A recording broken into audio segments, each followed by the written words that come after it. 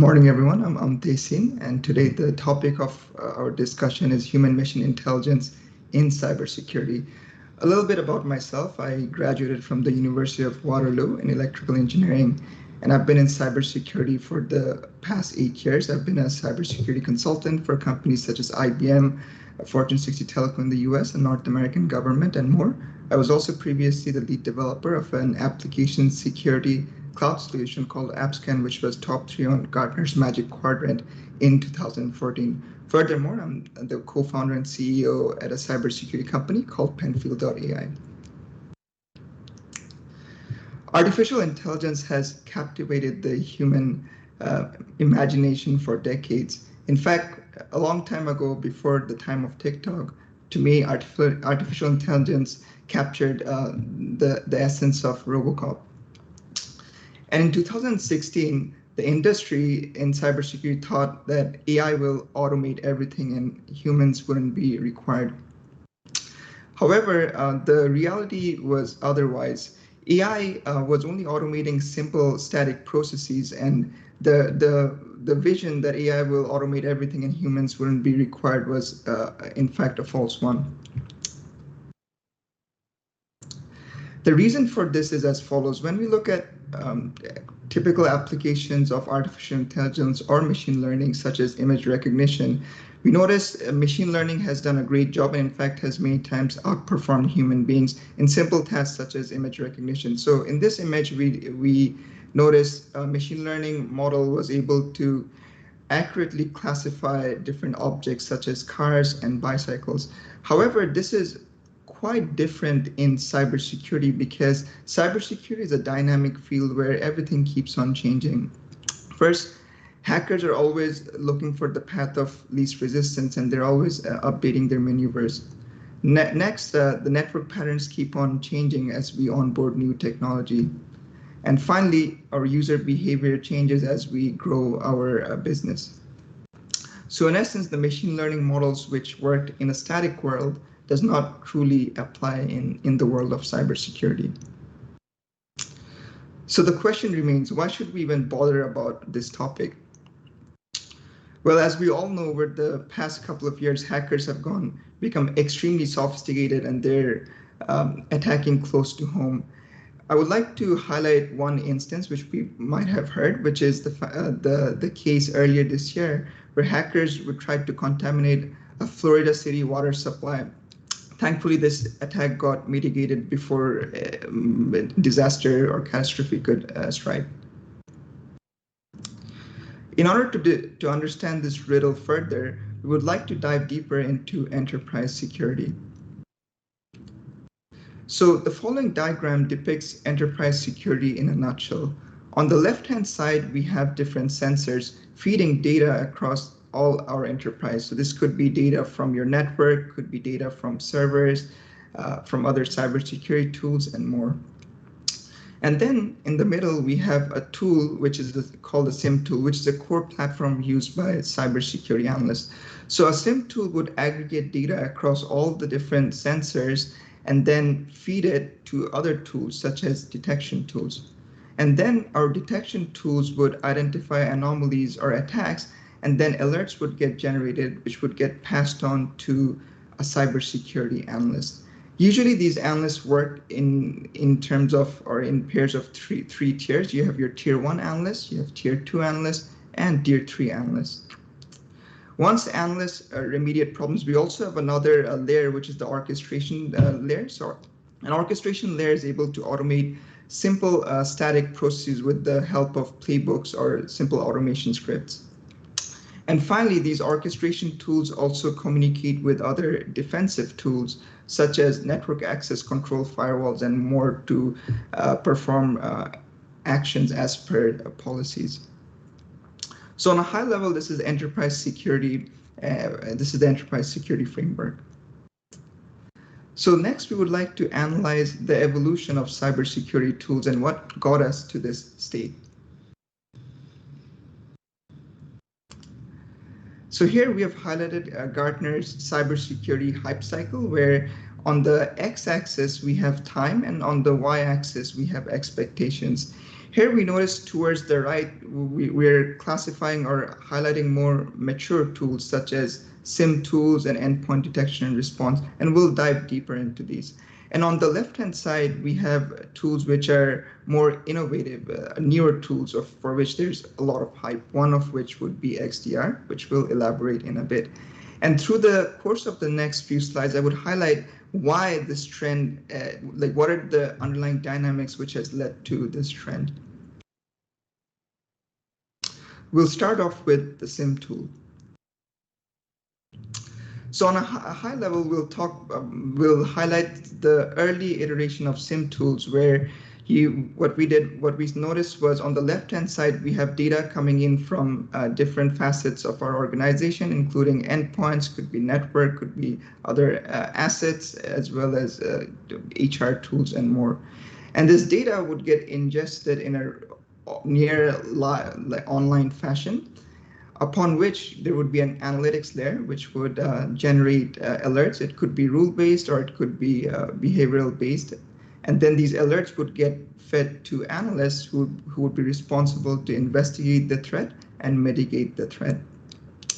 The old school SIM tools relied on Hadoop clusters, which unfortunately stopped scaling nicely as the volume of data started increasing as we onboarded more endpoints. Furthermore, what we noticed was the richness of data from sensors kept on rising, so which led to an increased volume of data, leading to a bottleneck in the ingestion layer. So this was one of the core challenges of SIM tools. SIM tools weren't scaling.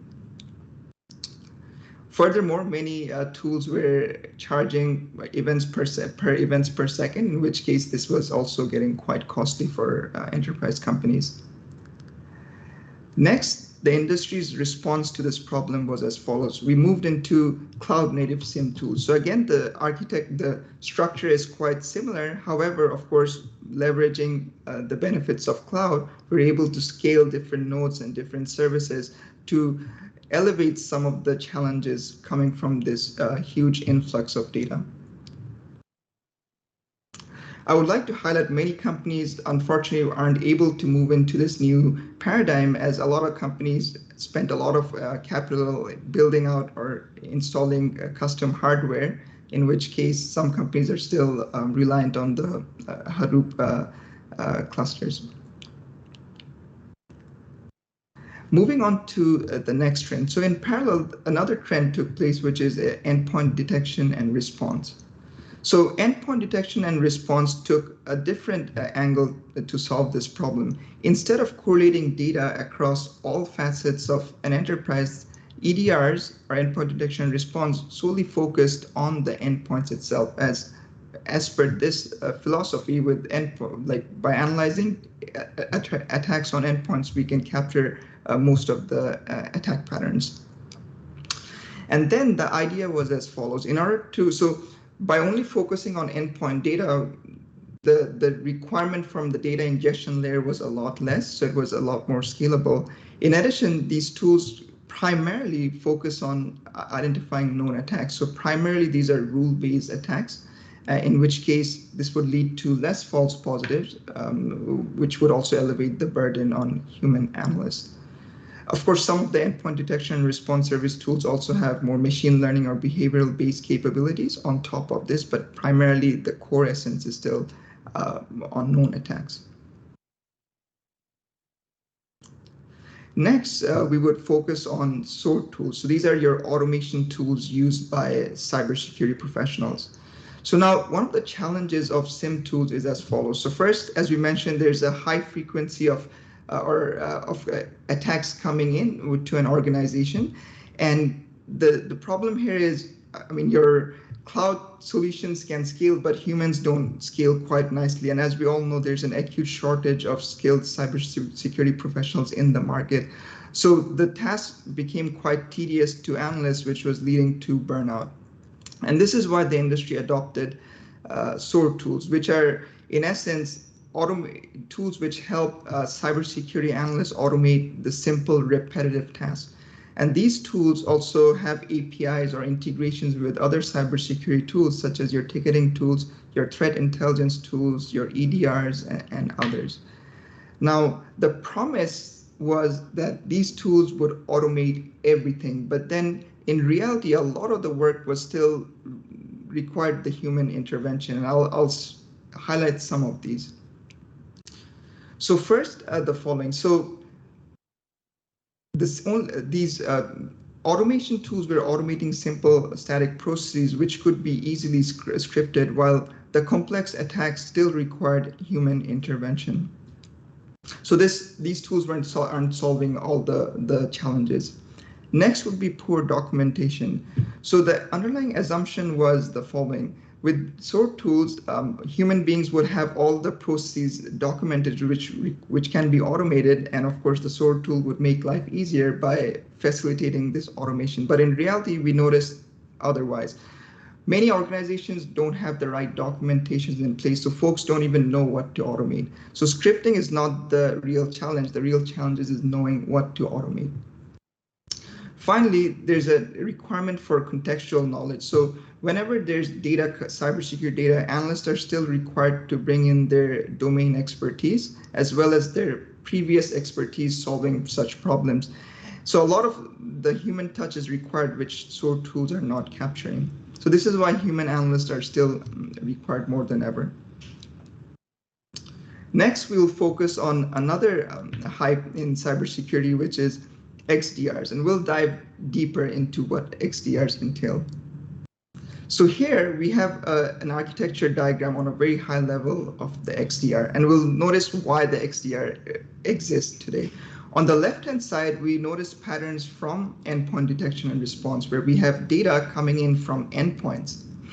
And then this data gets correlated. The benefit here is, of course, we don't need data across all the network. The entire enterprise will only focus on endpoint data, and then we'll apply known rules, which would lead to less false positives. So again, endpoint data coming in, then we apply some rules to identify known attacks. So this is the primary essence.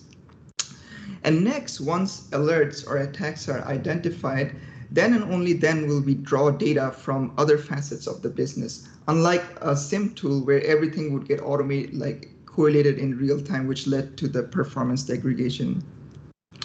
So once we have enriched data from alerts generated from endpoints and then other correlated data from network, HR, business assets, and more, we would pass this data into the automation layer or the SOAR tools, where there could be scripts in place which would automate the simple static processes, and then the humans would get involved in the loop to close the problem. So in summary, we noticed trends. We noticed elements of EDR, we notice elements of SIM tool, and we also notice the SOAR tool all packaged together to build the XDR. So the underlying trend we notice is as follows. In essence, when we look at this hype cycle, we notice that we're repackaging existing tools to solve a problem which has been existing for a while. The underlying challenge today is the follows. So the need for human intervention is still present, and repackaging existing tools is not solving the problem. What we notice today is the following. With SOAR tools, we're automating only the simple processes, while the complex attacks require human intervention. Now, the complex attacks could be segregated into two components. One is novel attacks, second is repetitive. With repetitive attacks, we notice, of course, different organizations or different business units would have their own policies, own technology stacks, business criticalities, and more. So the underlying way in which the problems would get solved might be different, and that's where the human context is required and humans are brought into the loop. So the SOAR tools are only automating a subset of the problem if it's complex, and then passing it on to the humans to perform a deep dive. Furthermore, novel attacks are quite different, as these are attacks which no one has seen in the past, which still requires human analysts. So in summary, existing tools are not removing the requirement for human analysts. Furthermore, to make things worse, hackers are getting more sophisticated, and hackers are bypassing existing detection, which means humans are still required to figure out the real issues. And here's one example. So this is an example we have noticed coming out from research. So on the left-hand side, we notice how a simple image recognition model can be spoofed by adding a very small amount of noise, which is invisible to the human eye. So on the left-hand side, we notice the machine learning model was able to classify or identify an image of a panda.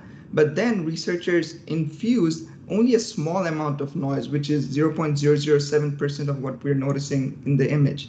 And then that was able to completely change the way the machine learning model would interpret the image, which led to a false classification, which here is highlighted as given. So in summary, even a small amount of noise can completely render a machine learning model useless.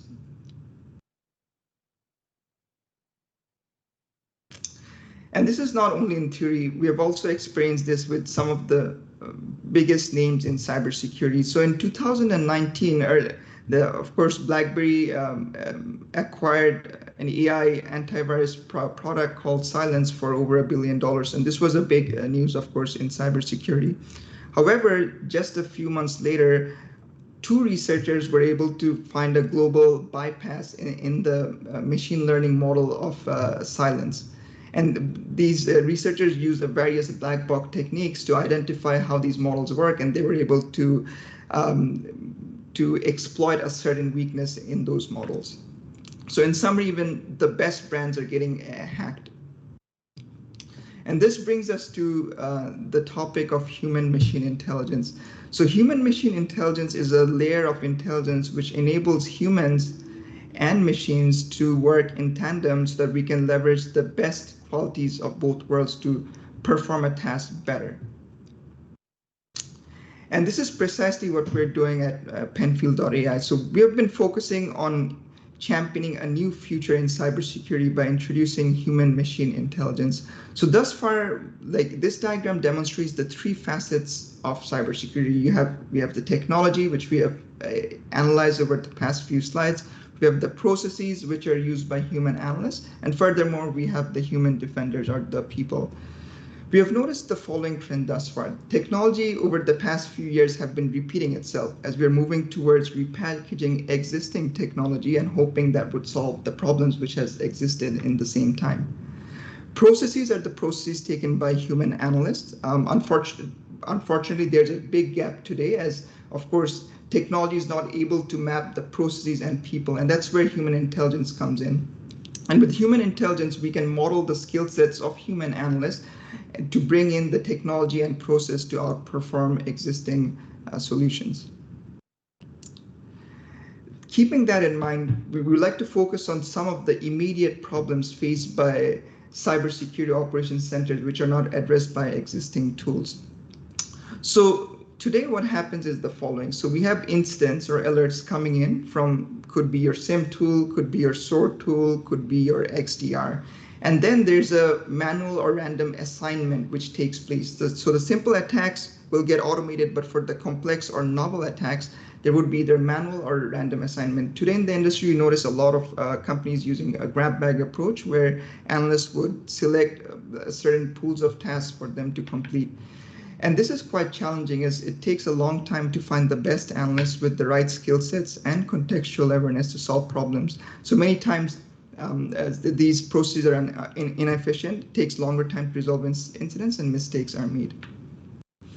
Another challenge would be the problem of quality assurance checks or lack of. So with companies today, the companies are being bombarded by a large volume of incidents or alerts, in which case folks just don't have time to perform QA audits. So today what happens is, say within a cybersecurity operations center of 30 analysts, there could be 1 or 2 analysts who are dedicated at performing QA audits. Since these analysts have a limited bandwidth to audit each and every task, they randomly select incidents out of a pool of completed tasks for review. So many times mistakes go undetected till there's a breach or external audit, which is costly for customers.